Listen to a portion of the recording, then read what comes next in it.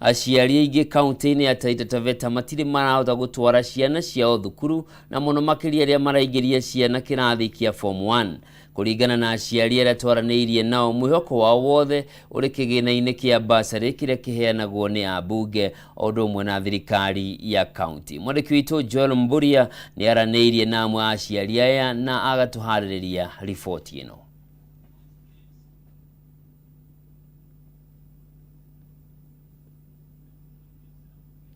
Joel agĩkorwo nĩ ũranjigua no tũtarĩrie hihi Taita Taveta gĩkĩro gĩa ciana iria ciraingĩra kĩrathi makĩria kĩa form 1 ihana atĩ na hihi ciana iria ingĩ nĩ ihotete gũthiĩ na mbere na mathomo.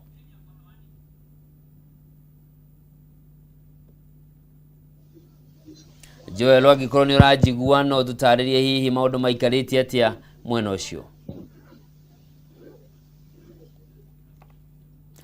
Tirahota kũnyitanĩra wega nake na nĩ riboti ya bata mũno na nĩ ũkũririkana ica ikuhĩ mwandĩki mũkaru ministry-inĩ ya gĩthomo makĩria gĩthomo kĩa mũthingi Belio Kipsang nĩ arakorirwo akĩhithũria atĩ gĩtarũ gĩa gĩcũa-inĩ gĩcunjĩ kĩa 52 tu harĩ ciana iria irabatarĩte kũingĩra kĩrathi kĩa form 1 no cio irahotete gũkorwo cingĩrĩte mwambĩrĩrio-inĩ wa kiumia kĩhĩtũku. Rĩu thirikari ĩkiuga nĩ kwambĩka birigiceni ya gwethana na ciana iria itaingĩrĩte kĩrathi kĩa form 1. No maũndũ makaritũha makĩria tondũ kaunti-inĩ ya Taita Taveta kũrerĩkana atĩ ona to ciana cia form 1 na ciana cia irathi icio ingĩ cia secondary itihotete nyingĩ ciacio gũcoka cukuru kumana na moritũ ma kĩmbeca marĩa magomeire famĩlĩ itiganĩte. Na nĩ riboti rĩrĩa tũkorwo tũkĩnyitanĩra na mwandĩki witũ mwena ũcio wetagwo Joel Mburia nĩguo akorwo agĩtũtarĩria maingĩ megiĩ ndeto ĩno.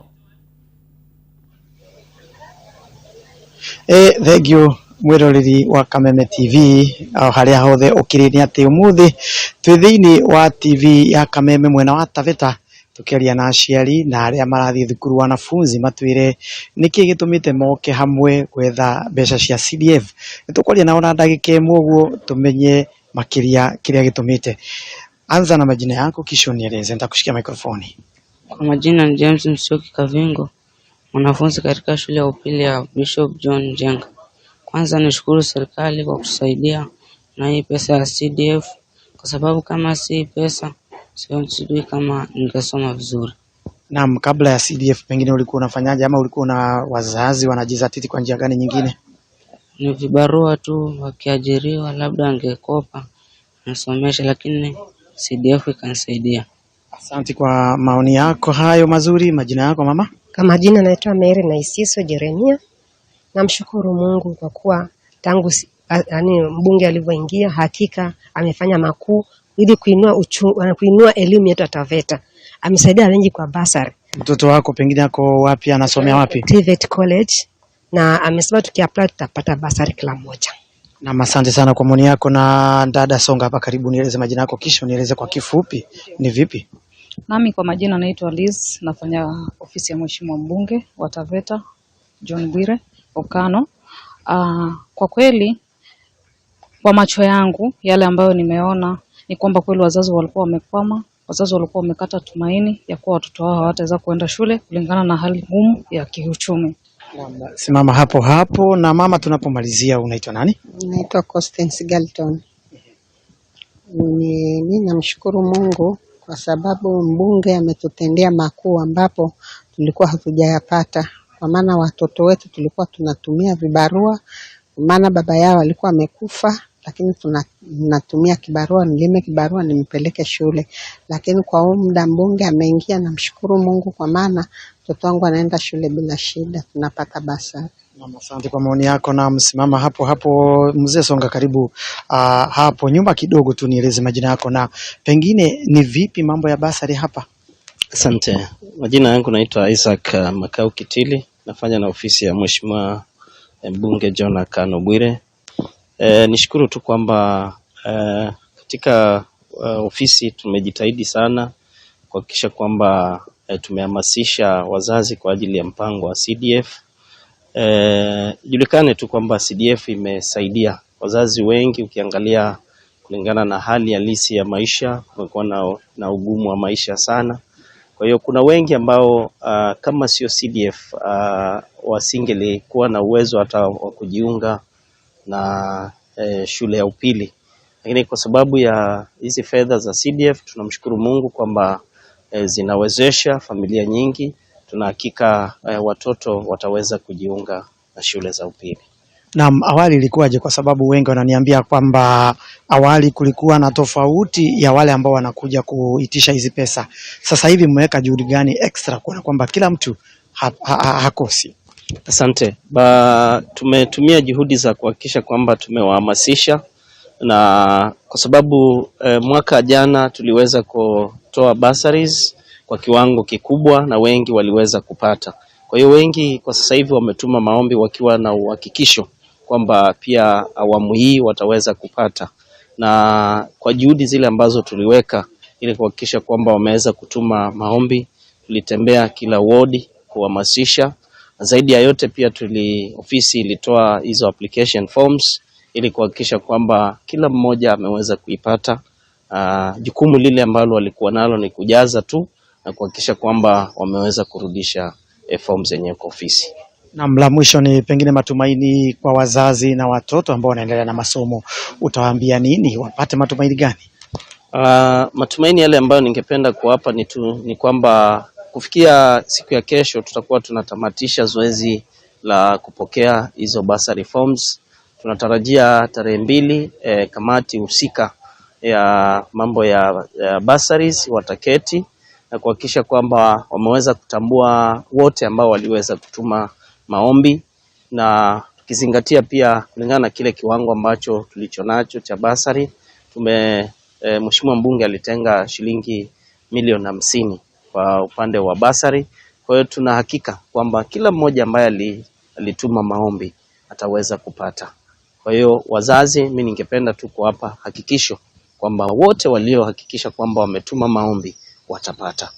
Naam, asanteni sana kwa maoni hayo yenu mazuri. Ni kwamba mwiroreri mundu wothe wititie mbeca cia CDF ni aguthii na mbere gweterera, na ni marauga mena milioni 50 nigetha we urathoma na we muciari wetereire uthie na mbere na kugia uma ati ni ukuheo mbeca icio kuma Taveta thiini wa gicigo kia ubunge ya Taveta hakuhi na bururi wa Tanzania. Njitagwo Joel Waweru handu-ini ha Kameme TV. Thegio muno na muciari na mwiroreri makiria ni wakiiguira mwena wa kaunti ya Taita Taveta uria maundu makiri maritu na toku ni bururi uri mugima tondu hari uthuthuria wiriga gwikio ni kambuni imwe ya Infotrack ugikionania uria Kenya ingimanya marikite ni undu wa wagi wa kibeca na kibirira beca cia kiaga. Kindu kia mbere kwa gwikirirwo ni uhoro wigie irio na githomo gigatuika ni gia keri, na kuguo ciana nyingi itiri irahota gugikorwo igicokereria macukuru-ini kana kuingira kuria cietitwo, na kiribata thirikari igirire o undu umwe na atongoria aikiro ngurani. Kuma Taita Taveta ni ati gikundi kia IPFK kiria gikuranagia na maundu megie utonga wa bururi ni kirekereirie riboti igie utonga wa bururi. Riboti ino yukitio riri muingi ukoretwo giteta kumana na kwambatira kwa garama ya muturire o undu umwe na mathogora ma indo cia kimuthingi ta maguta na mutu. Na riu ndira tuthikiririe ni ndi gikaro giki kirathie na mbere.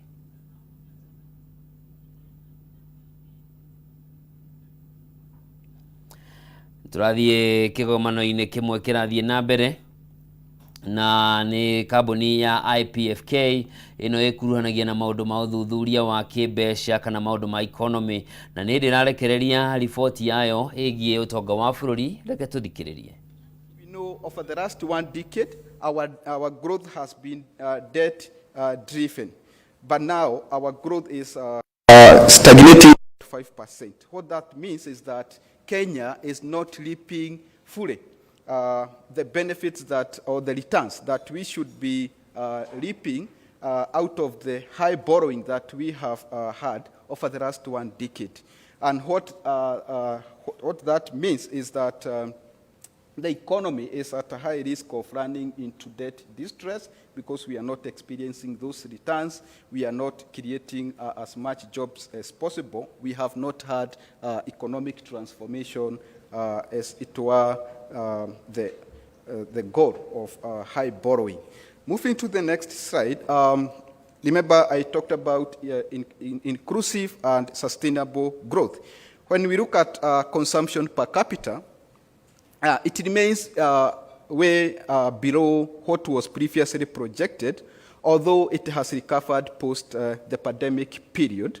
And when we compare our poverty numbers at the national level, and then we disaggregate that into rural and urban poverty, it's clear that our growth has not been inclusive, in that poverty level remains so high at the rural areas.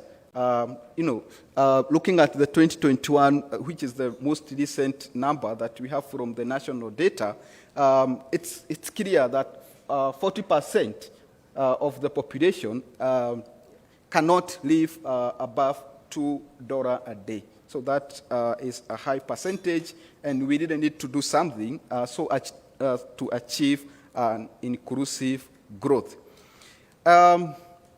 As we talk about growth, as we talk about debt, which is a very serious issue in our next slide, we cannot avoid a fiscal consolidation conversation. It has been ongoing, but whether government is committed to that plan or not is a different conversation. We will see that. But fiscal consolidation that the government is undertaking, it's largely driven by budget and the execution. Like the budget that we pass and the outturns are different. And why do I say so? When we look at the revenue numbers, our revenue has not recovered to the pre-pandemic level.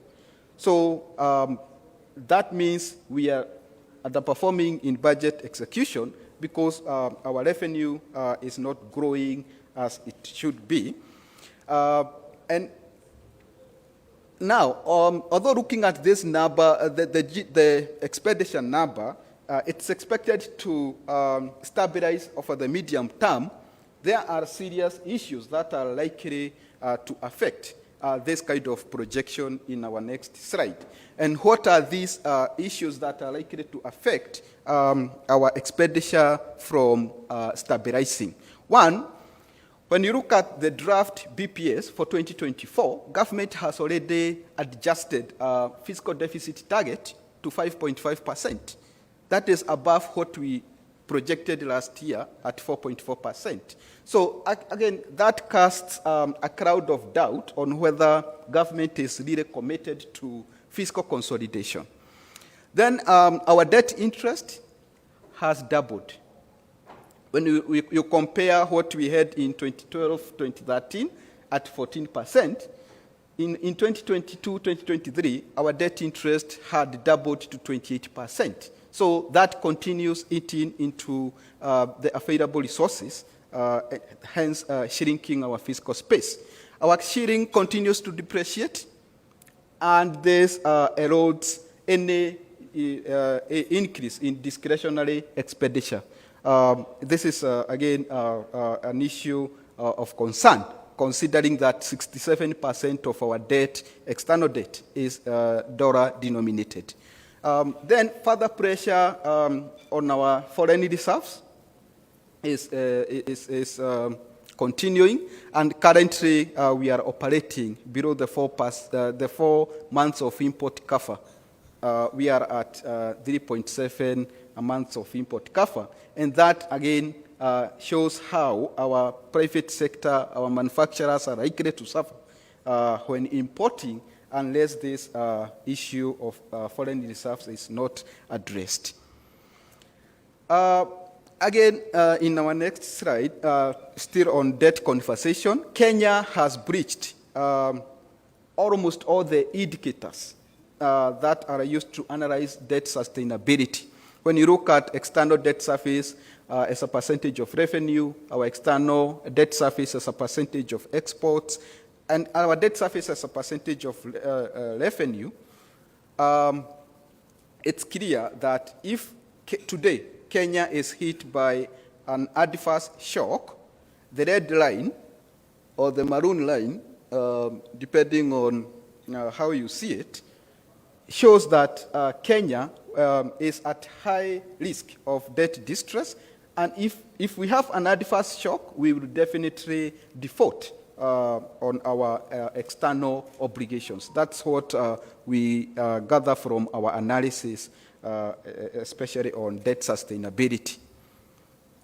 Now I move to our revenue and expenditure section. Let's move to the next one. Yes. Like I said before, our revenue has not fully recovered from the pandemic impact. We have not bounced back to the pre-pandemic levels. And we are still underperforming in terms of revenue performance. KRA already missed the Q1 targets that were published. And that, again, it shows that acio nä arũgamĩrĩri a kambuni ya IPFK nĩ kambuni yohĩgĩrĩire maũndũ ma kĩmbeca na economy magĩtarĩria harĩa bũrũri ũrũgamĩire kĩmbeca nginyanagia na hau tũrĩ na ũmwe makiuga nĩ atĩ rũhonge rwa kũrogota magoti gũkũ bũrũri-inĩ KRA kũrĩ na honge imwe kana magoti mamwe rũratanyĩte gũkorwo rũkĩrogota no rũtikinyanĩirie hihi kumana na Kenya gũtiganĩria kũhũthĩra indo imwe iria irakorirwo ikiongererwo magoti macio. Na hau nĩho tũgũtirihĩra ndurumeni matũra-inĩ mĩaraho ya ũmũthĩ no ndũgathiĩ kũraya nĩ ndĩracokereria na mangĩ maingĩ ciehanda thaa 7 thĩinĩ wa mohoro gĩtaũ njĩtagwo Njoroge wa Kĩmani.